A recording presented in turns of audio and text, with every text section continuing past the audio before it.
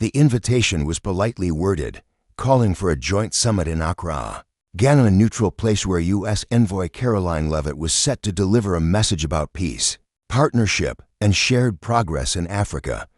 But everyone watching knew this wasn't really about peace, it was about power, and Ibrahim Traoré wasn't there to make friends. As soon as he stepped on stage, cameras flashed everywhere. He didn't smile, didn't nod. Leavitt, on the other hand, had that perfect, practiced smile typical of Washington officials. She spoke first, saying, "Africa is our partner. We don't want war, we want peace, prosperity, and stability." The crowd clapped politely, but Traoré stayed still, his silence dragging on just a little too long. Then he leaned into the mic, speaking slowly and calmly. "Then why are you here?" The applause died instantly. Leavitt blinked, and translators repeated his words in multiple languages as even the breeze seemed to stop. She cleared her throat and replied, "I'm here because we believe in working together. We want to support Africa's future." But Traoré cut her off, staring directly at her. "You're here because you're losing your hold, because France failed, because your military bases are no longer welcome in the Sahel. And now, instead of coming with weapons, you come with smiles." The room gasped. Leavitt's jaw tightened, but she kept her voice calm. "Mr. Traoré, the United States is not your enemy." He leaned back slightly, a small smirk on his face, and replied, "No, but you still think you're our savior." This wasn't the summit Karoline Leavitt had planned. It was turning into a public showdown. Not between countries, but between two completely different ways of seeing the world. All while the cameras rolled. Leavitt was no stranger to high-pressure situations. She'd faced tough governors, surprise press questions, and even grilling from Congress, but nothing had prepared her for Ibrahim Traoré, or how his words cut straight through the formalities. "You misunderstand our intentions," she said, her voice sharper now, trying to take back control. "We're here to build bridges and help stop more instability in this region." Traoré leaned in again. Instability caused by who, exactly? The audience stirred. Ambassadors shifted in their seats, and the Ghanaian moderator looked uneasy, like the whole event was slipping beyond his neatly planned agenda. "Let's not rewrite history," Leavitt snapped, finally dropping her polite smile. "Russia and China take advantage of your weakness. We offer security and transparency." Traoré replied coldly, "What you offer are lectures wrapped in aid, backed by drones, and disguised as partnership." The tension in the room grew heavier. Murmurs spread, journalists whispered into recorders, and African ministers frowned in deep thought. Traoré turned to them, not Leavitt, and said, "Ask yourselves this: if they truly came in peace, why do they talk about war before we do? Why do their soldiers arrive before their doctors?" Leavitt fired back, "Those soldiers protect your people from terrorists." But Traoré didn't budge. "And who funded those terrorists? Who gave them weapons when it served your interests? And now you pretend to put out the fire you helped start." The moderator finally stepped in, his voice shaky, suggesting they return to the economic agenda, but the room wasn't listening anymore. The summit had completely changed. It wasn't about policy papers or polite talks anymore. It had become a battle over whose truth would be believed. Outside, headlines were already taking shape, and Traoré's powerful line, "Then why are you here?" was going viral across African media. In Washington, national security teams were scrambling, rewriting their briefings in real time. For the first time, Karoline Leavitt realized this wasn't just a public relations issue, it was a global reckoning. As she was already on the back foot, behind the scenes, her aides were in a frenzy. Washington was calling non-stop, and her strategist whispered updates into her earpiece. Clips going viral, CNN, BBC, Al Jazeera, everyone was running with it. "We need to control the narrative," someone said. "But how do you control a story when you're losing it in real time?" Back on stage, Leavitt straightened up. She knew the moment had slipped away, but maybe she could still steer things back. On course, she tapped her pen on the table, just once, to ground herself. "President Traoré," she began, carefully choosing each word, "our goal isn't domination, it's cooperation. But if Africa turns its back on its allies, it risks isolation, economic and strategic." Traoré raised an eyebrow. Isolation from who? Colonial powers that looted us for centuries. Or modern empires pretending they don't? The room reacted instantly, another sharp blow. And he wasn't done. You say isolation. Like it means death, he said. But maybe silence from your advisors, your investors. Your commands, maybe that's the first breath of real freedom. Leavitt's jaw tightened. With all due respect, you're gambling your people's future on pride. And you gambled our past on lies. Traoré snapped. Now we're playing a new game, and this time we write the rules. He turned from her to the crowd, his voice rising not just to answer Leavitt, but to speak directly to Africa. They come with aid, but what strings are attached? They talk peace, but how many American boots are on African soil right now? If they truly want to help, let them come with open hands, not hidden contracts. A wave of applause broke out from the back reel, unprompted. A few delegates clapped quietly at first, then more joined in, not everyone, but enough to feel the shift. Leavitt looked around the room, feeling the change. The image was slipping fast. We fund education, Leavitt pushed back, trying to regain control. We deliver vaccines. We build infrastructure, and you control the story. Traoré cut in again. He wasn't posturing. He meant every word, and that made him both unpredictable and powerful. As the room slowly quieted, Leavitt stepped forward once more, unwilling to let silence be her final act. You say we should leave, she began. She said, her voice precise and steady. But what happens when Russia replaces us? When China controls your trade routes?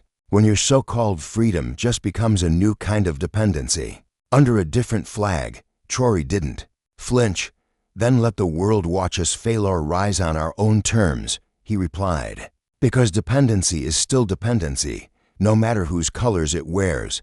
Leavitt leaned forward. Her tone sharpened. And what about your people? Do they want isolation? Do they want to lose access to Western education, Western medicine, Western technology? You mean your version of those things? Traoré shot back. The version that only comes after lectures, after signatures on contracts we didn't write, after conditions we didn't choose. He turned to the room again, his voice cutting through the air. Let me ask Africa this: if every dollar came with a chain, would you still call it aid? No one responded, not because they disagreed, but because the answer was already clear in the silence. For the first time, Leavitt's polished composure cracked, just slightly. So your solution is to burn the bridge? She asked. No, Traoré said, eyes steady. My solution is to build our own. One that doesn't lead us back to the same master every time we cross it. This time, no applause followed, not because the moment lacked power, but because it carried weight. It was sobering. Even the Western journalists had stopped typing. The gravity of his words cutting through not just pride, but the illusion of permanence. The West's dominance wasn't assured anymore, it was being questioned, openly and fearlessly. Karoline Leavitt, once the voice at the center of global diplomacy, now stood on stage beside a man who had not only captured the moment but taken the momentum. Back in Washington, the White House Situation Room fell into tense silence. Aides spoke in hushed tones, and one leaned toward the president's chief of staff with a low, uneasy whisper. Sir, she's losing the room. They weren't just watching a summit, they were witnessing Western influence unravel in real time. Across Africa, TVs in village homes, cafes, and government offices streamed the broadcast live. In Nigeria, students gathered outside foreign embassies chanting Traoré's words. In Kenya, lawmakers quietly reconsidered which trade delegations to welcome next month. The old playbook where Western presence automatically meant respect was breaking down. Karoline Leavitt could feel it too. I'm not here to insult your sovereignty, she said, her tone slower, more careful now. But you must understand, without international support, your economies could crumble. Your hospitals could run out of supplies. Your military, our military, Traoré interrupted, stepping forward, his voice firm. Let me speak plainly, Miss Leavitt. When France was expelled, you said terrorism would overrun our streets. It didn't. When your bases closed, you warned we'd fall apart. We didn't. He paused, letting the silence press in. You're not afraid we'll collapse without you, you're afraid we won't. The words hit hard, not just for Leavitt, but for every capital watching. Leavitt's fingers tightened around the podium. Then tell me, Mr. Traoré, what exactly do you want?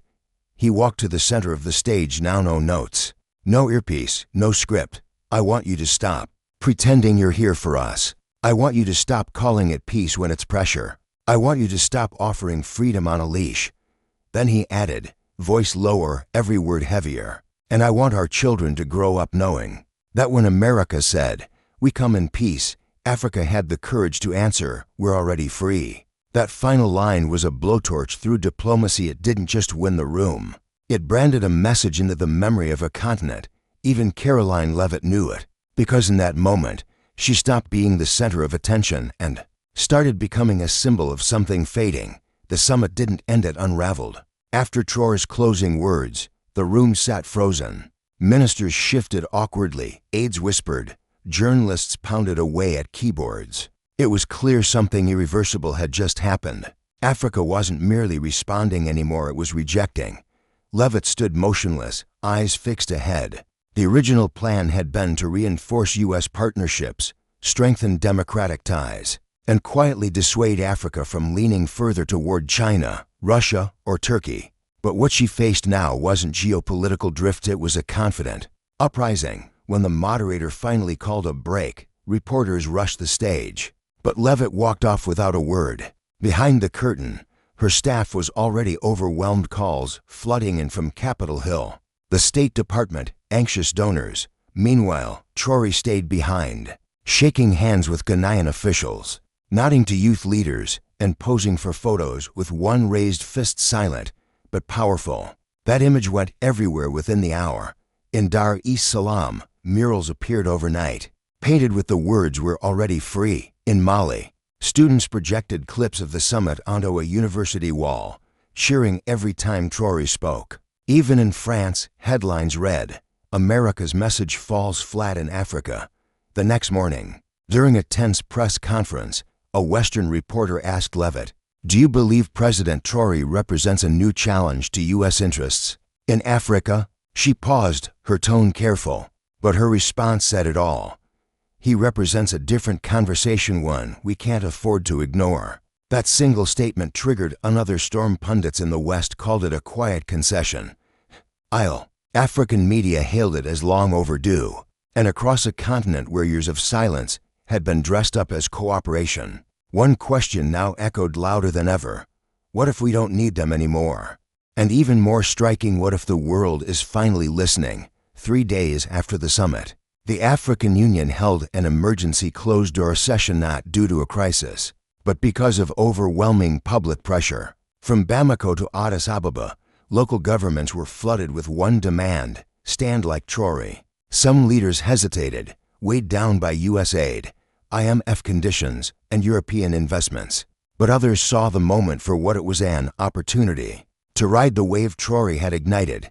For the first time in a generation, young Africans weren't dreaming of leaving, they were dreaming of rebuilding, with dignity and without dependence. Meanwhile, in Washington, Karoline Leavitt was called into the White House Situation Room. She arrived prepared with briefing notes, but the president didn't ask for numbers or reports, just one question: did we lose Africa? Leavitt answered, cautiously, "No, sir, but we may no longer hold the microphone." Across the table, intelligence officials debated next steps: ramping up soft power, offering new trade agreements, or reasserting military presence. But every proposal now came with a warning. Traoré had changed the tone because he hadn't just challenged foreign policy, he had reframed perception. He said aloud what many African leaders had only dared to whisper: that foreign aid without respect was a leash, that peace preached by nations who profited from war was meaningless, and that dignity was worth more than dollars.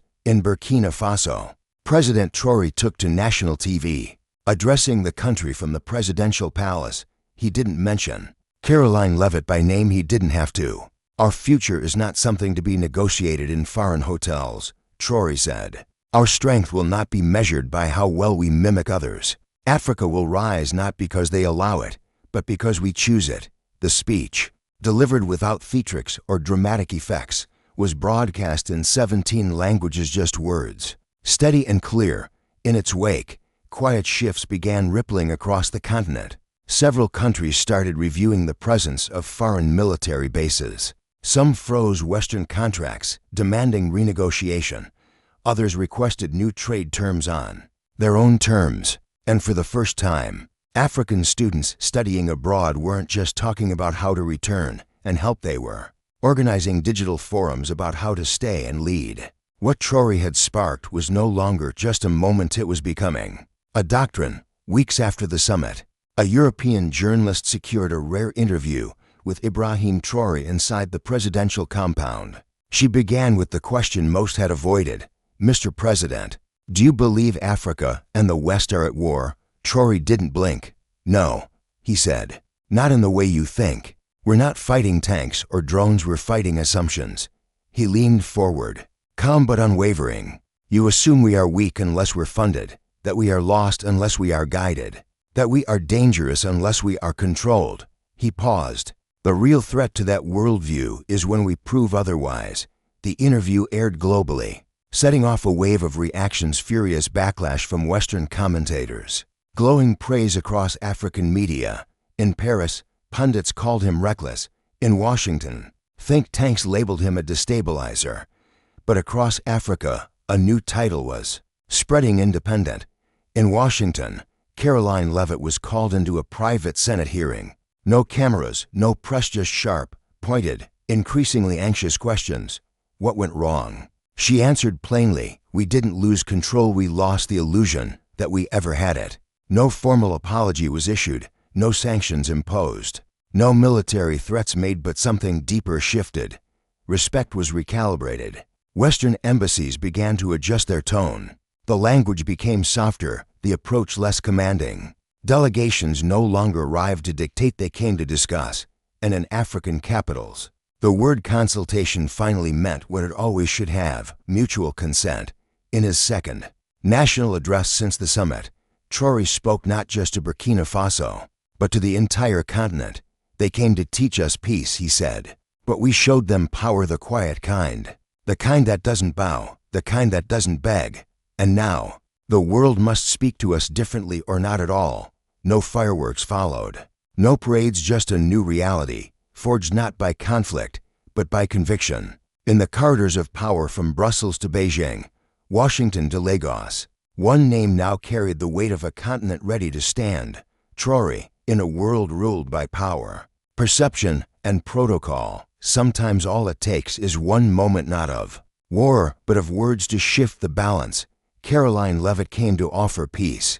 Ibrahim Traoré came to question the cost of accepting it. What happened on that stage wasn't just a diplomatic exchange, it was a rewrite of the global story. A rising African voice stood before a Western envoy and asked the question no one else dared. "If you don't want war, then why are you still here?" That question didn't end at the summit, it echoed around the world, sparking headlines, fueling movements, and confronting a world order built on quiet compliance. This wasn't about rejecting the West, it was about reclaiming the right to choose, to speak, to decide, without fear, without permission, because sometimes the most powerful form of resistance is simply saying, "No more."